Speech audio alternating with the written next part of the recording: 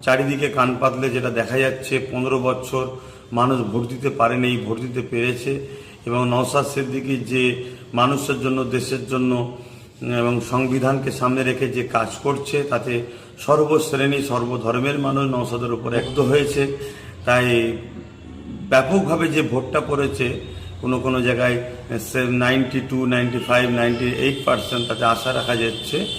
এবং কান পাতলেও শোনা যাচ্ছে যে আইএসএফ যে জায়গায় দিয়েছে খুব ভালো রেজাল্ট করতে চলেছে। তাই আপনারা শেষ পর্যন্ত থাকবেন এবং আশা রাখবো। দুটো কথা আপনাদেরকে বলবো, জয় আপনাদেরকে দিক, মহান স্রষ্টায় দোয়া করি। কিন্তু জিতার পরে আপনারা যেন খবরদার, বিগত দিন জানি আপনাদের উপরে 21 পঞ্চায়েত এবং লোকসভায় 21 থেকে শুরু করে 23-এ 24-এ যেভাবে জুলুম অত্যাচার হয়েছে সেটা খুব ভালোভাবেই জানি।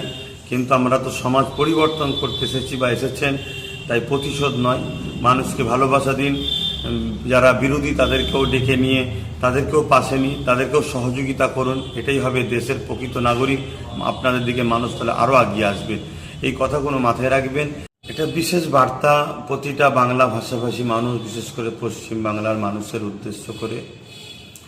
আমরা নিশ্চয়ই জানি আগামীকাল 4 মে 2026 পশ্চিমবাংলার বিধানসভার ফল প্রকাশ হতে চলেছে। কে জিতবে কে হারবে সবটাই মানুষ যার পক্ষে বেশি রায় দেবে সে জিতবে। তবে আমি মনে করি রাজনীতি এটা একটা উৎসব। যেভাবে ভোট প্রক্রিয়া হলো, নির্বাচন কমিশনার কড়া হাতে যেভাবে ভোটকে নিয়েছে, কোনো রকম অশান্তি সেভাবে শোনা যায় না তুলনামূলক। কিন্তু কয়েকদিন ধরে যেখানে স্ট্রং রুম আছে সেখানে যেভাবে ক্যামেরা অনেক সময় বন্ধ থাকছে আর থাকছে, এটা একটা প্রশ্নচিহ্ন যেমন রয়ে যাচ্ছে। পাশাপাশি আগামীকাল রেজাল্ট যেদিকেই যাক, আমরা মনে করি আমরা সবাই বাঙালি, আমরা পশ্চিমবাংলার মানুষ। দেশ মানুষকে অধিকার দিয়েছে, তুমি তোমার পছন্দের ক্যান্ডিডেট এবং পছন্দের দলকে তুমি পছন্দ করবে, সাপোর্ট করে ভোট দেবে। এটা ভারতবর্ষের একটা সৌন্দর্য। এই সৌন্দর্যতে যে যাকে পছন্দ হয়েছে ভোট দিয়েছে, এটাকে নিয়ে যেন কোনো রকম হিংসা না হয়। বিশেষ করে আইএসএফের পক্ষ থেকে যারা দাঁড়িয়েছেন তাদেরকে উদ্দেশ্য করে বলবো, আমি আশা রাখি এবং মহান স্রষ্টার কাছে দোয়া রাখি আপনারা খুব ভালো রেজাল্ট করবেন, শেষ পর্যন্ত টিকে থাকবেন।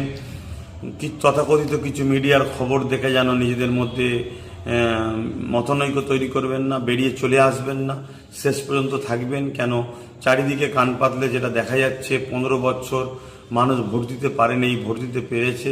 এবং নওশাদ সিদ্দিকী যে মানুষের জন্য, দেশের জন্য এবং সংবিধানকে সামনে রেখে যে কাজ করছে, তাতে সর্বশ্রেণী সর্বধর্মের মানুষ নওশাদের উপর একত্র হয়েছে। তাই ব্যাপকভাবে যে ভোটটা পড়েছে, কোনো জায়গায় 92, 95, 98% তাতে আশা রাখা যাচ্ছে।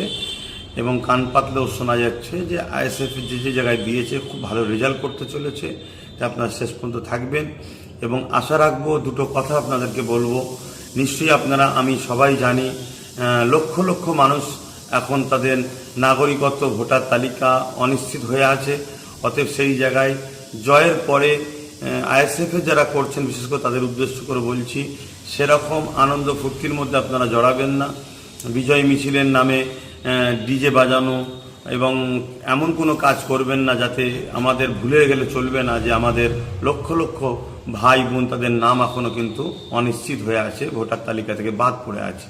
যতক্ষণ না তাদের ভোটার তালিকাতে আমরা আন্দোলন করে, লড়াই করে, আইনি সহযোগিতা নিয়ে তাদেরকে ভোটার তালিকায় নাম নিয়ে আসতে পারছি, ততক্ষণ আমাদের এই কাজ কিন্তু এখনও মাথার উপরে রয়েছে জিম্মা হিসাবে।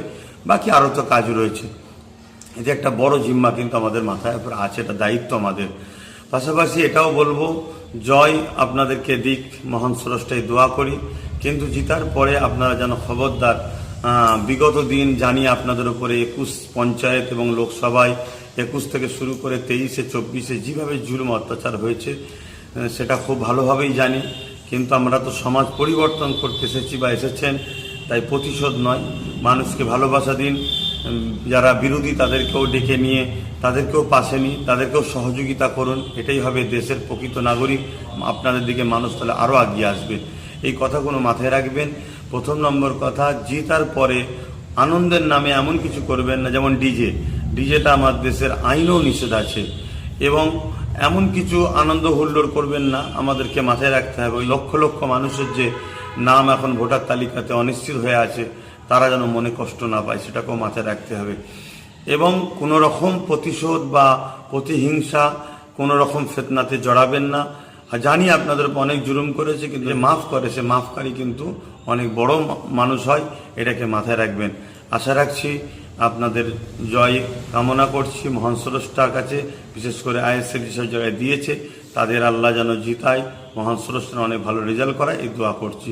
সকলে নিজের কাজ দায়িত্ব নিয়ে পালন করবেন, কোনোভাবে বিচলিত হবেন না, কোনো রকম গুজবে কান দেবেন না, কোনো রকম প্ররোচনায় পা দেবেন না। তথাকথিত গদি মিডিয়া বিগত সময় হিসাব করেছে, আর রেজাল্ট বাইরে হওয়ার আগে দেখিয়ে দিয়েছে অনেক সিট অমুক আগিয়ে আছে, এরকম কোনো খবরে গুজবে কান দিয়ে নিজেদের মনকে ভেঙে ফেলবেন না। আশা রাখছি আপনারা সুস্থভাবে কাজ করবেন। ভালো থাকেন।